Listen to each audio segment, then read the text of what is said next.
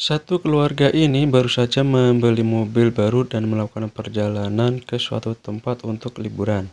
Sesuatu yang tak terduga akhirnya terjadi di mana sistem pengereman mobil mereka mengalami malfungsi. Beberapa saat kemudian, Tony mulai menyadari ada yang salah dengan mobil barunya. Dia mengecek apakah ada yang salah. Dia menginjak pedal rem dan mobilnya tidak bisa memperlambat. Sistem mobil tersebut mengalami malfunction secara total, melumpuhkan semuanya. Dia melihat monitor kecepatan tertahan di 130 km/jam. Dia mencoba menonaktifkan sistem itu dan tidak terjadi apa-apa. Tony mencoba menarik sebuah tuas dan muncul peringatan malfunction. Kecepatan mobil mereka menjadi 140 km/jam. Tony menelpon sales tempat dia membeli mobilnya dan menceritakan mobil yang dibelinya mengalami masalah. Sales tersebut tidak menghiraukan dan mengatakan semuanya akan baik-baik saja.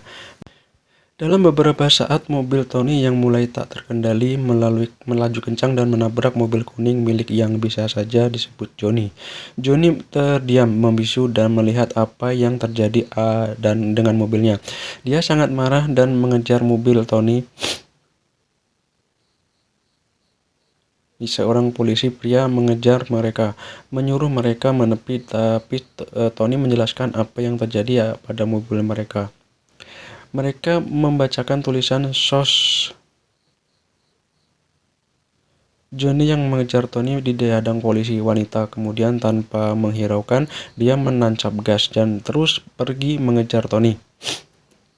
Tony mengecek monitor mobil dan kecepatan mereka sudah di angka 160 km/jam.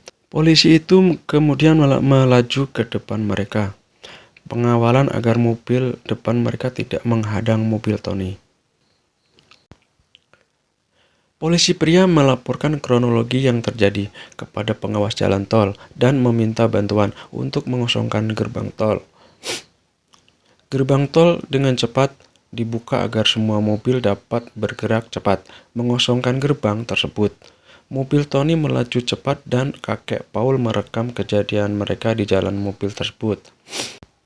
Gerbang tol itu dan berhasil melewatinya. Mereka merasa sedikit lega karena masuk dalam tol yang aman. Sementara Johnny yang mengejar mereka melewati gerbang tol dengan kecepatan penuh di belakang mereka. Tiba-tiba mobil mengeluarkan air sabun di depan kaca mobil. Kakek Paul keluar dan berhasil membersihkan kaca depan mereka hingga hampir saja terjatuh dari mobil.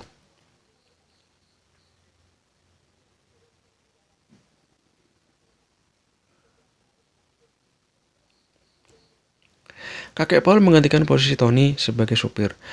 Tony menelpon sales mobil yang dia beli, tapi lagi-lagi tidak dihiraukan olehnya. Tak lama kemudian, Johnny digigit seekor lebah dan menabrak mobil yang mengantri untuk keluar tol di belokan.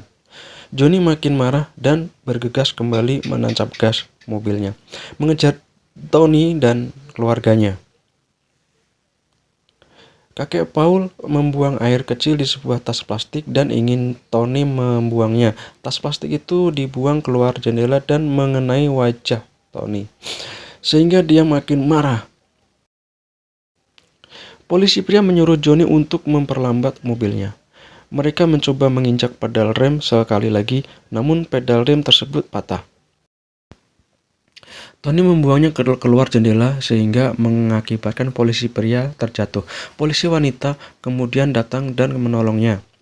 Kedua polisi ini meminjam mobil warga untuk melakukan pengejaran kembali. Johnny berhasil mengejar mereka dan mencoba menabrak anak laki-laki Tony menembakkan tombak besi.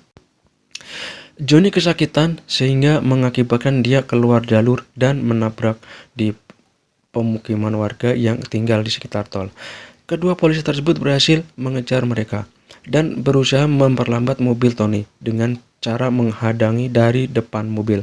Mereka tidak memperlambat dan terus melaju. Yang sama, polisi wanita menyuruh mereka untuk pindah mobil. Satu persatu, anak Tony berhasil pindah ke mobil polisi. Giliran anak tertua untuk berpindah, kemudian kakek Paul menoleh dan lihat celana dalam, sehingga mobil semakin menjauh satu sama lain. Namun anak tertuanya berhasil pindah mobil. Kakek Paul yang merasa putus asa ingin keluar dan melompat dari mobil. Namun dengan sigap Tony menahan kakeknya. Tony kembali mengambil alih kemudi mobil tersebut. Bantuan helikopter datang mendekati mereka.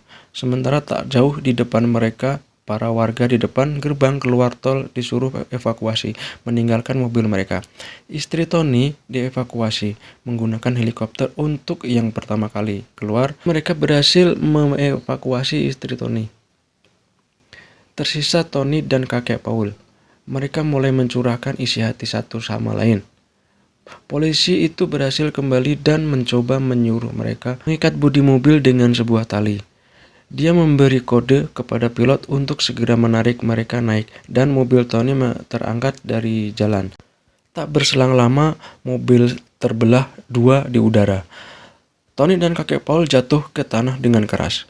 Namun mereka berhasil selamat. Johnny, si pemilik mobil kuning, melihat mereka di rumah sakit dan mengejar mereka. Mereka segera kabur. Namun sayangnya, lift yang mereka naiki mengalami masalah, seperti mobil mereka sebelumnya.